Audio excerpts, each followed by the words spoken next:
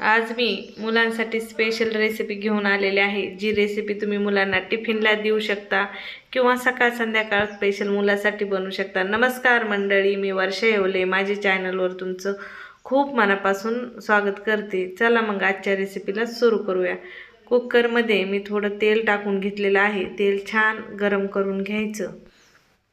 तेल गरम झाल्यानंतर अर्धा चमचा जिरे टाकून घ्यायचे। सोबतच एक मोठा चमचा अद्रक, लसूण आणि कोथिंबीरीची पेस्ट टाकून घ्यायची। मध्यम आकाराचे 4 कांदे लांबसर कट करून टाकून घ्यायचे।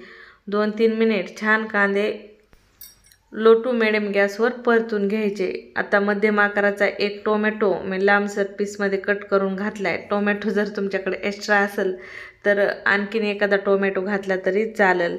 आता कांदा वगैरे छान फ्राय झाल्यानंतर इथं आपण सोयाबीन टाकून घेणार आहोत। एक मोठी वाटी सोयाबीन मी भिजत ठेवलेली होती। सोयाबीन भिजून त्यातलं पाणी पिळून काढलेलं आहे। सोयाबीन टाकल्यानंतर अर्धा चमचा गरम मसाला सोबतच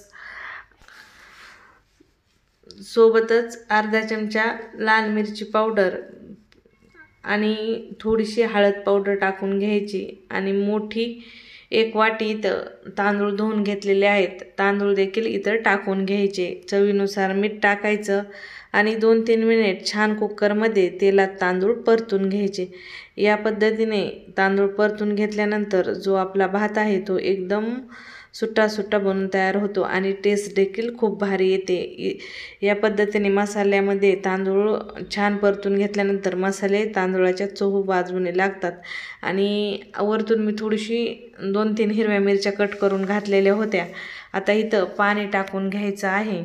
आता 1 वाटी तांदळाला साधारण 2 वाट्या पाणी टाकून घ्यायचं। या हिशोबाने इथं कुकरमध्ये पाणी टाकून घ्यायचं। पाणी टाकून घेतल्यानंतर एक वेळेस परत बुडापासून तांदूळ पाण्यासोबत मिक्स करून घ्यायचे, म्हणजे खाली तांदूळ कुकरला चिटकले जात नाहीत। आता एक वेळेस तांदूळ मिक्स केल्यानंतर परत कुकरचं झाकण लावून द्यायचं आणि गॅस लो टू मिडियम ठेवायचा। आणि लो टू मिडियम गॅसवर कुकरच्या 3 शिट्ट्या काढून घ्यायच्या। 3 शिट्ट्यामध्ये भात चांगला शिजला जातो। तर इथं मी कुकरच्या 3 शिट्ट्या काढून घेतलेल्या आहेत। आणि 3 शिट्ट्या झाल्यानंतर गॅस बंद करायचा आणि कुकर 5 मिनिट थंड करून परत कुकरची शिट्टी काढून घ्यायची। तर तुम्ही पाहू शकता कशा पद्धतीने इथं आपला सोयाबीन पुलाव तयार झालेला आहे। खायला एक नंबर लागतो। बनवायला तर तुम्ही पाहिला असेल किती सोपा आहे आणि मुलांसाठी तर एकदम परफेक्ट रेसिपी आहे।